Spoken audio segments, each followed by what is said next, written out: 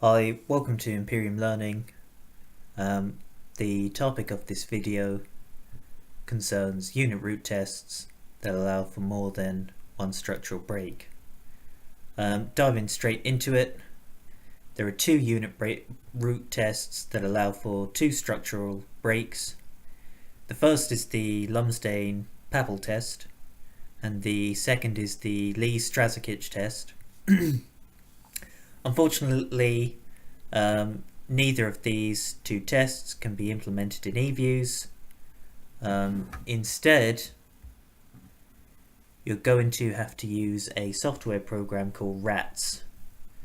And if your university library doesn't have it on its system, you can either buy the software program, or alternatively, you can just download a free 3-week trial from the company, and you can use the program that way.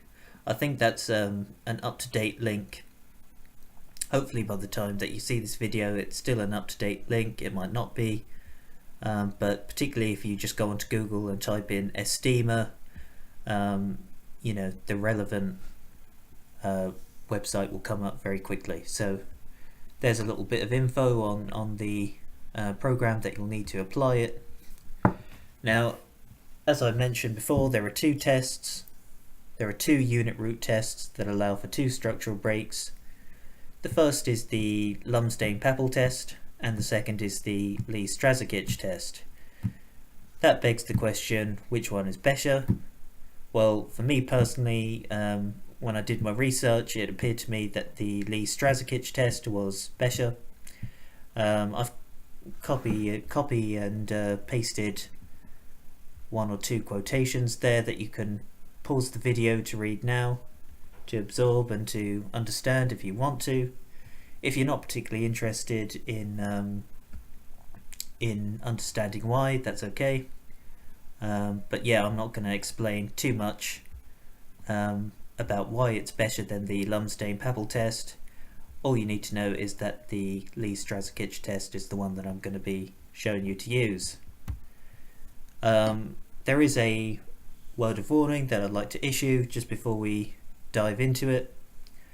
Just bear in mind that the break dates that are identified by this program will not normally align with any previous structural break tests that you've already done to identify break dates.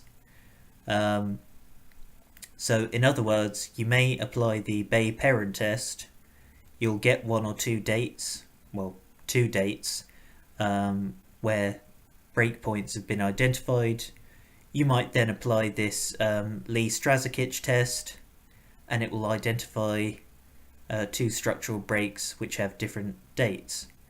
My word of advice would be, don't panic if the dates do not align. It should be emphasized that the Lee-Strazicich test is not a structural breakpoint test. It's a unit root test at its fundamental level that allows for two structural breaks. So just bear that in mind when you're doing the test. And yeah, another word of warning, really should be using the Bay-Perrin test before applying this test. It's nice to have an endogenous test for your unit root test because it aligns with your Bay-Perrin structural break test, because that too is an endogenous test. And so yeah, that was pretty much what I covered on this slide.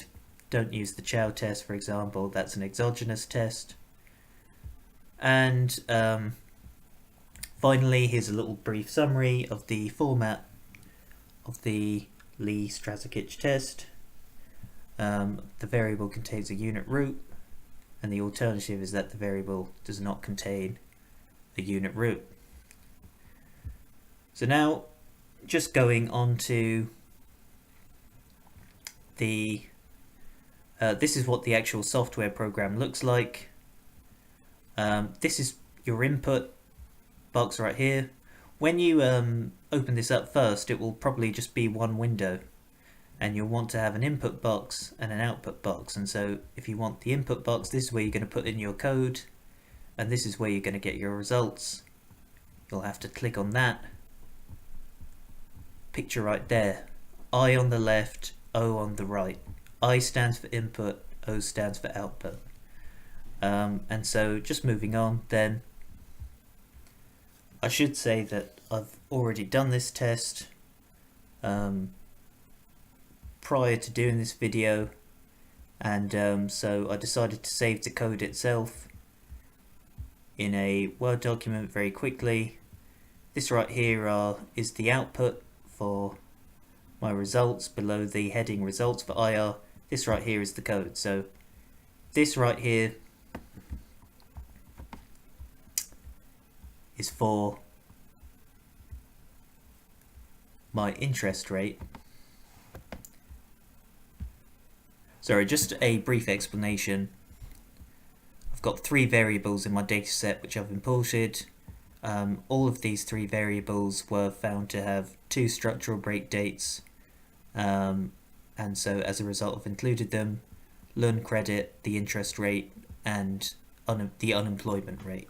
Okay, so as you can see here, I just want to go through the code itself. In order to apply the Lee-Strazicich test, you have to type @LSUnit, open brackets, model equals break, comma, breaks equals 2, close brackets, and only at that point do you have any kind of a space. At this point, there's actually no space between the T in LSUnit and the brackets. It kind of seems a bit counterintuitive, but that's the way it is. There's only a space after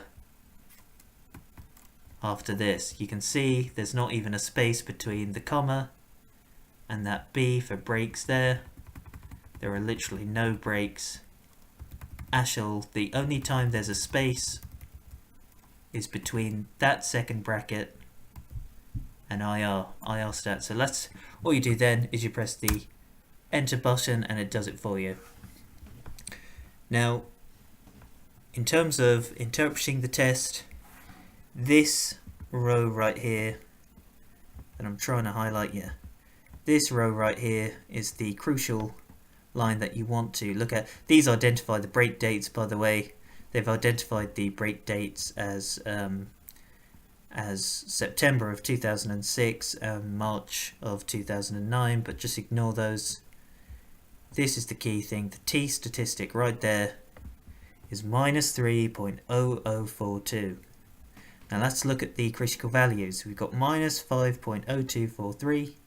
We've got minus 5.2707 at the 5% level, just below 0.05, and then minus 5.9769 at the 1% level. So if we want to be able to reject the null hypothesis that there's a unit root, then we want a T statistic that is more negative than minus 5.2707.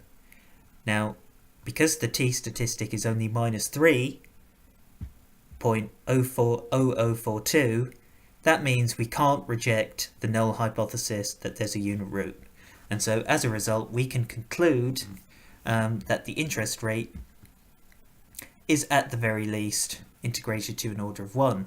Again, like in my previous unit root structural break tests, you'll also want to apply this test to the first difference, just to ensure that your variable is integrated to an order of 1.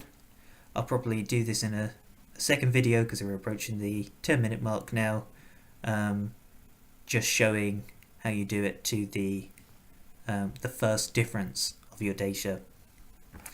Okay, so I'll wrap the video up now. Bye now.